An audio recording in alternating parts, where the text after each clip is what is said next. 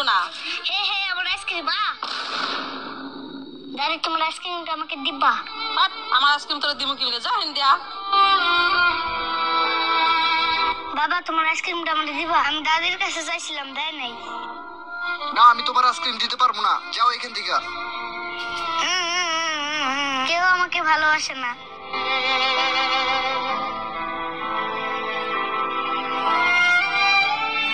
কি হয়েছে বাবা, তোমার মন খারাপ কেন?